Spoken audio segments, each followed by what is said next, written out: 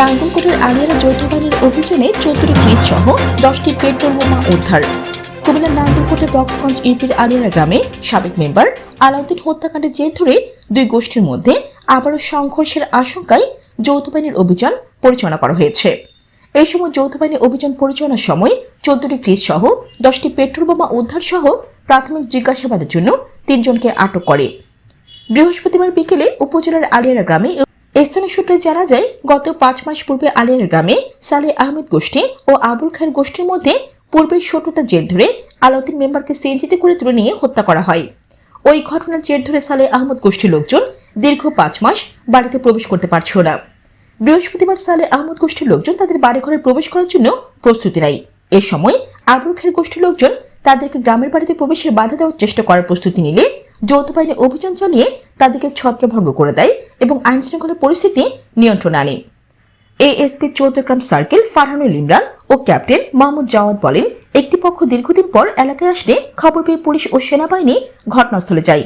এ সময় সংঘর্ষের আশঙ্কা দেখা দিলে যৌথ বাহিনীর সদস্যরা ধাওয়া দিয়ে দেশীয় অস্ত্র ও বোমা রেখে পালিয়ে যায়। Jannatul Afsana, N news 24 TV. আমরা দেশে থাকতে চাই, আর আমরা আজ দিকে যত 6 মাস ধরে আমরা বাইরে বাইরে রয়েছি, বহুত কষ্টে আছি। আমরা দেশে থাকতে চাই। আমার বাচ্চা কাচ্চার পড়ালেখা নষ্ট হয়ে যায়। আমার মেয়েটা এবার এসএসসি পরীক্ষা দিতে পারে নাই, আমার ছেলেটা পরীক্ষা দিতে পারে না। 6 মাস আজ ধরে 2টা ছেলে মেয়ের পড়ালেখা নষ্ট হয়ে গেছে।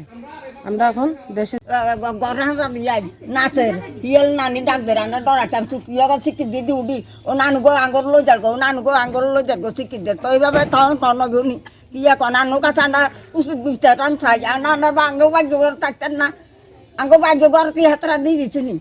আলিয়ারা গ্রাম থেকে বাইরে আমরা বিগত 6 মাস আলিয়ারা গ্রামে প্রবেশ করতে পারি নাই। আমাদের যেভাবে প্রবেশ করতে চাইছে তাকে প্রবেশ করতে দেওয়া হয় নাই। তো তারা আলাউদ্দিন মেম্বারকে তারা নিজের লোক নিজেরা হত্যা করে আমাদের নামে একটা মিথ্যে মার্ডার মামলা দেয়। আমার কথা হলো মার্ডার মামলা হয়েছে, মার্ডার এটা আইন দেখবে, আদালত দেখবে, মার্ডার বিবেচনা করে যারা মার্ডার করছে তাদের শাস্তি হবে। 100 বার তাদের শাস্তি আমরাও চাই, যারা মার্ডার করছে আমরাও চাই তাদের শাস্তি হোক।